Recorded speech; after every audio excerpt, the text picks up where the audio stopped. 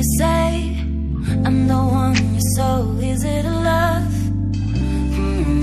Yeah, easy to love. Hello everyone, and you're welcome on my channel Har Ghar English. My dear students, how are you? I hope you are doing very well and you are preparing for your exam. So now we will discuss the most important question for your semester exam. Okay? Question number 4. Explain the theme of the story Amritsar आ गया भाई भीष्म सहानी. आज हम जिस कहानी को पढ़ने वाले हैं या जिस फुल स्टोरी और थीम को पढ़ने वाले हैं उसका नाम है अमृतसर आ गया और लिखने वाले कौन है? भीष्म सहानी. अब आप सोच रहे होंगे कि इस कहानी का क्या मतलब है कि अमृतसर आ गया? इस कहानी का मतलब है, ये उस ज़माने की बात है जब हमारे यहाँ आपने देखा है कि जब हमारा देश आज़ाद हुआ तो इंडिपेंडेंसी हमें आज़ादी ऐसे ही नहीं मिली बल्कि बहुत लोगों ने कुर्बानियाँ दी। एक वो वक़्त था जब लोगों ने कुर्बानी दी ताकि हमारा देश आज़ाद हो सके और एक वक़्त वो था जब बँटवारा हुआ। बँटवारे के टाइम पे जो मासूम लोगों का कत्ल हुआ, वो अपने आप में अनबियरेबल था। ये जान लीजिए ये उसी टाइम की कहानी है कि किस तरीके से ट्रेन इधर से उधर आ जा रही थी और लोगों का कत्लेआम हो रहा था। उसी पीड़ा को दिखाते हुए या उसी कहानी को वहीं से एक प्लॉट को उठाया गया जिसको उठाने वाले हैं हमारे राइटर भीष्म साहनी। बहुत अच्छी स्टोरी है, आप इसको पढ़िएगा और सबसे बड़ी बात ये है कि ये स्टोरी आपके एग्ज़ाम में ज़रूर पूछी जाती है। तो अगर आप अपने सेमेस्टर एग्ज़ाम की प्रिपरेशन कर रहे हैं, एक लॉन्ग आंसर अपना जो है प्रिपेयर करना चाहते हैं, तब हमारे चैनल पर आइए हर घर इंग्लिश पर और यहाँ से अपनी प्रिपरेशन को करिए। हम आपको एक बहुत ही अच्छा आंसर प्रोवाइड कराते हैं। लॉन्ग क्वेश्चन कोई भी यूट्यूब चैनल प्रोवाइड नहीं कराता। आप जहाँ पर भी देखेंगे एमसीक्यूज़ मिलेंगे आपको देखने को। लेकिन इस तरह से वेल मैनेज करते हुए किसी भी लॉन्ग क्वेश्चन का आंसर कराना, उसको एक्सप्लेन करना, इस तरह का हमारा ये हमने पहली बार इस तरह का जो है ट्राई किया है या प्रयास किया है ताकि आप लोगों को समझा सकें। तो चैनल को लाइक, सब्सक्राइब, शेयर करना मत भूलिएगा। चलिए पढ़ते हैं आज की story. Explain the theme of the story Amritsar आ गया बाय भीष्म साहनी. भीष्म साहनी के द्वारा अमृतसर आ गया, या तो आप इस थीम और स्टोरी को एक्सप्लेन करेंगे या क्वेश्चन आपको इस तरह से भी पूछा जा सकता है। और explain the theme of the story दोनों एक ही आ गए हैं। चलिए आप इसको ऐसे समझ लीजिए, थीम की जगह पर हो सकता है कि फुल स्टोरी आ जाए। एक्सप्लेन द फुल स्टोरी भी आ सकता है और एक्सप्लेन द थीम भी हो सकता है। या फिर आपसे क्वेश्चन ये भी पूछा जा सकता है कि explain the full story and analysis in your own words Amritsar आ गया बाय भीष्म साहनी. क्वेश्चन ऐसे भी पुटअप किया जा सकता है। मैं ऐसे ही आपको ऑरल बता देती हूँ। क्वेश्चन किस तरह भी घुमा फिरा करके पूछे एग्जामिनर, कैसे भी पूछे, लेकिन जो आंसर मैं आपको करा रही हूँ वो हमारे 2-3 क्वेश्चन के जो रिक्वायरमेंट है उसको फुलफिल करता है। अगर आप इसी तरह से हेडिंग वाइज वहाँ पर अपने आंसर को नोट डाउन करके आएंगे तो अनडाउटली आप एक बहुत अच्छा स्कोर अचीव करेंगे। चलिए स्टार्ट करते हैं। समरी ऑफ अमृतसर आ गया, हम क्या क्या पढ़ेंगे अपनी इस वीडियो में। समरी ऑफ अमृतसर आ गया by Bhisham Sahni, semester English literature BA, ये तो आप जानती हैं बीए के सेमेस्टर में भी है ये। Full explain in Hindi, Hindi में हम एक्सप्लेन करेंगे और इंग्लिश में आप लिखा हुआ देखेंगे। अगर आप चाहें तो हमारी इन वीडियोस से नोट्स भी बना सकते हैं कि आपके लिए और भी ज़्यादा बेनिफिशियल होगा। First of all heading is introduction. जैसा कि हम बताते हैं आपको, हमेशा इंट्रोडक्शन से स्टार्ट किया करिए अपने लॉन्ग आंसर को, ये अच्छा इन्फ्लुएंस करता है एग्जामिनर को। अमृतसर आ गया is a powerful short story set during the time of the partition of India. ये मैंने आपको पहले ही बता दिया था कि ये इंडिया के पार्टीशन यानी जब हमारे इंडिया का बंटवारा हुआ, हिंदुस्तान पाकिस्तान दो अलग अलग बने देश, तो उस टाइम से इस शॉर्ट स्टोरी को उठाया गया है, वहीं से इसकी सेटिंग ली गई है। अमृतसर आ गया एक पावरफुल शॉर्ट स्टोरी है जिसको सेट किया गया था during the time of partition of India.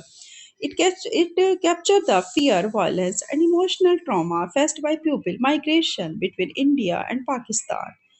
इसमें कैप्चर करने की कोशिश की है भीष्म साहनी ने उस डर को, उस हिंसा को, उस इमोशनल ट्रॉमा को जिसको वहाँ के लोग फेस कर रहे थे, जो माइग्रेट हो रहे थे।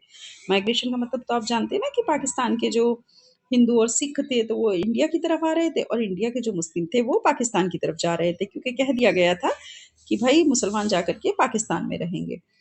तो क्या हुआ कि यहाँ से सब जो मुस्लिम थे वो उधर जा रहे थे, उधर के जो हिंदू और सिख लोग थे वो इधर आ रहे थे और रास्ते में क्या हो रहा था, वॉयलेंस हो रहा था, हिंसा हो रही थी, सब लोग एक दूसरे को मार डालना चाहते थे। तो ये था इंडिया और पाकिस्तान का माइग्रेशन के समय जो लोग थे उन्होंने किस भावनात्मक रूप से सदमे को बर्दाश्त किया, वॉयलेंस को बर्दाश्त किया और कितना डर था उनके अंदर, उसको कैप्चर करने की कोशिश की है भीष्म साहनी ने।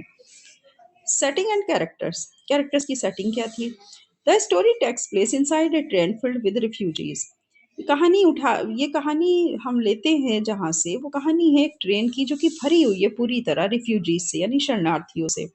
The passengers belong to different religious communities. इसमें अलग अलग कम्युनिटी के पैसेंजर्स हैं जो कि भरे हुए हैं पूरी तरीके से। तो धार्मिक रूप से वो लोग क्या हैं, अलग अलग मजहब के हैं। उसमें हिंदू भी हैं, मुस्लिम भी हैं और सिख भी हैं। Who are all escaping violence. ये वो लोग थे जो बच गए थे हिंसा से। The train becomes a symbol of both hope and fear. ये ट्रेन पूरी तरीके से हमें दिखाती है एक सिंबल के रूप में कि इसमें आशा भी है और डर भी है।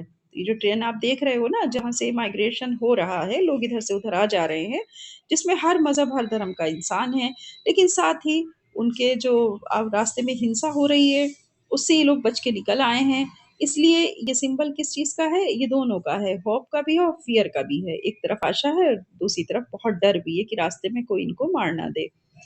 प्लॉट समरी की बात कर लेते हैं, प्लॉटिंग क्या है इसकी और इसको किस तरह से इसको समराइज किया गया है।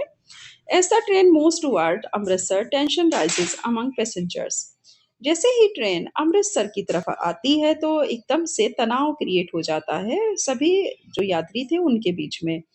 Everyone is anxious about reaching a safe place.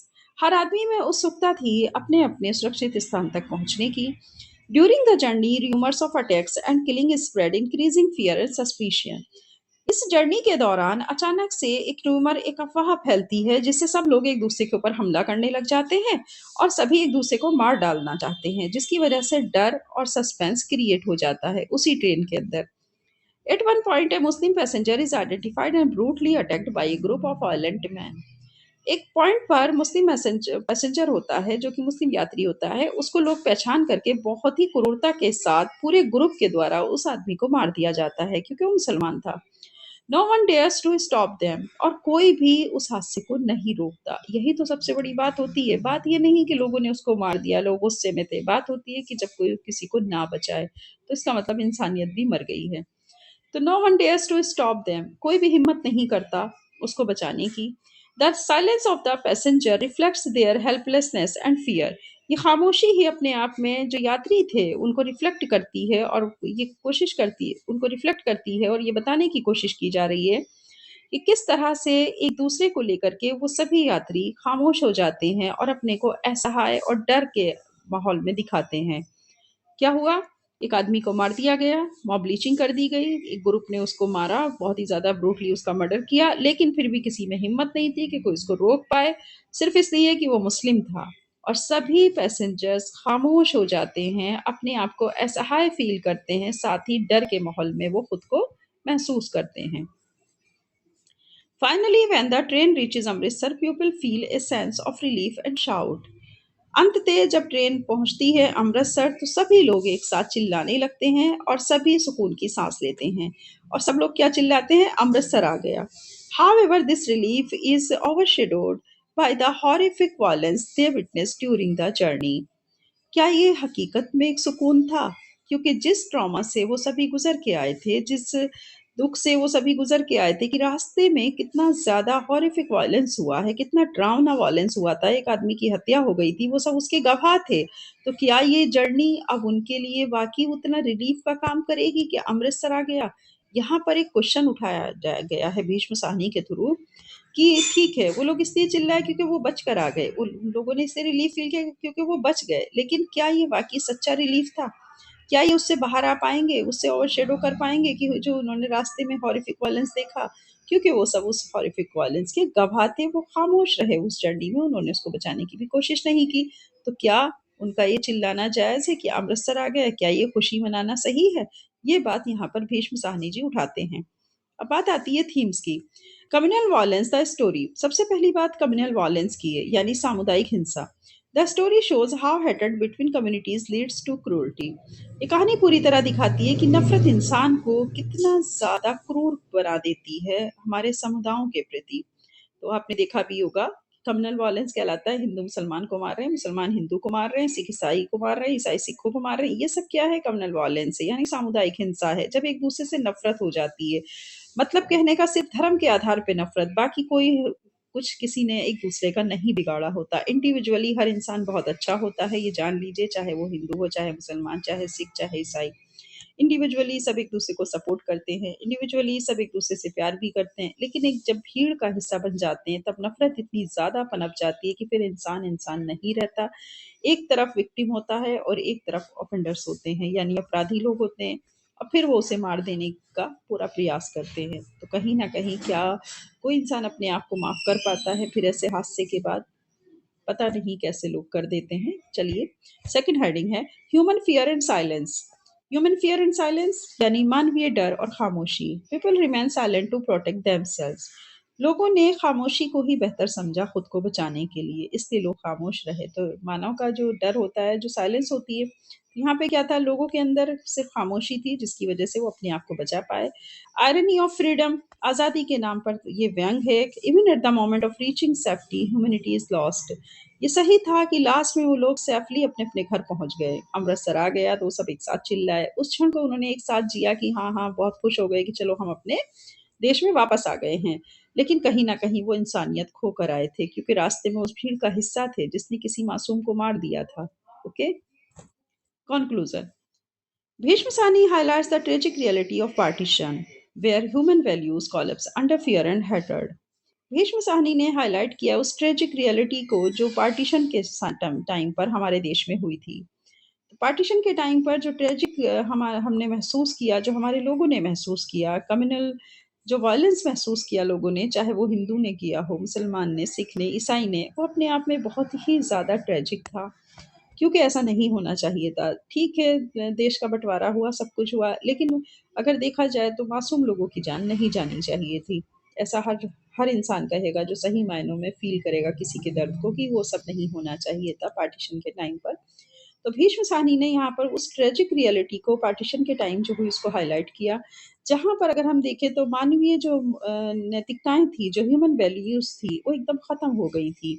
और उसकी जगह लोगों ने क्या ले लिया था? उसकी जगह लोगों के अंदर फ़ियर और हेट्रेड पैदा हो गया था, डर और नफ़रत। The story leaves a deep emotional impact, reminding us of the cost of communal conflict. ये कहानी पूरी तरीके से छोड़ जाती है एक बहुत गहरी भावनाएँ, जो कि प्रभाव डालती हैं बचे हुए लोगों पर और साथ ही उस कम्युनल कन्फ्लिक्ट पर जो आज भी हम लोगों के बीच ज़िंदा है।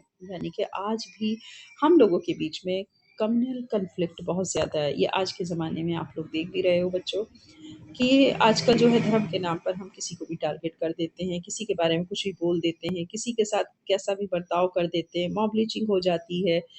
ये सब ठीक नहीं है। कहीं न कहीं हम अपनी ह्यूमन वैल्यूज़ को कोलैप्स कर रहे हैं। कहीं न कहीं हमारे अंदर की जो नैतिकता है, जो इंसानियत है, वो मर रही है और ऐसा नहीं होना चाहिए।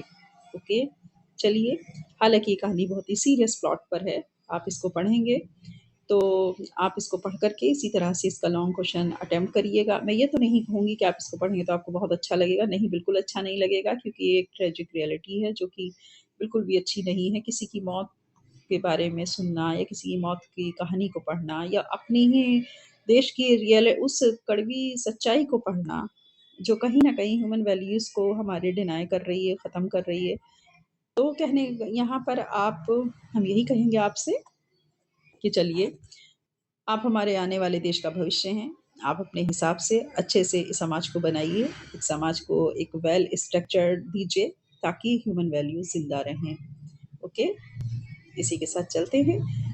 और हाँ, हमारे चैनल पर जाने से पहले चैनल को लाइक, सब्सक्राइब, शेयर ज़रूर करिए, ताकि ज़्यादा से ज़्यादा स्टूडेंट हमारे इन लॉन्ग क्वेश्चन से अपनी प्रिपरेशन को कर सकें और हमारे चैनल पर आएँ। ज़्यादा से ज़्यादा वो अपनी जो है एक अच्छे स्कोर को अचीव करें। ओके बेटा, नेक्स्ट वीडियो में फिर मिलेंगे। Bye bye, all the best.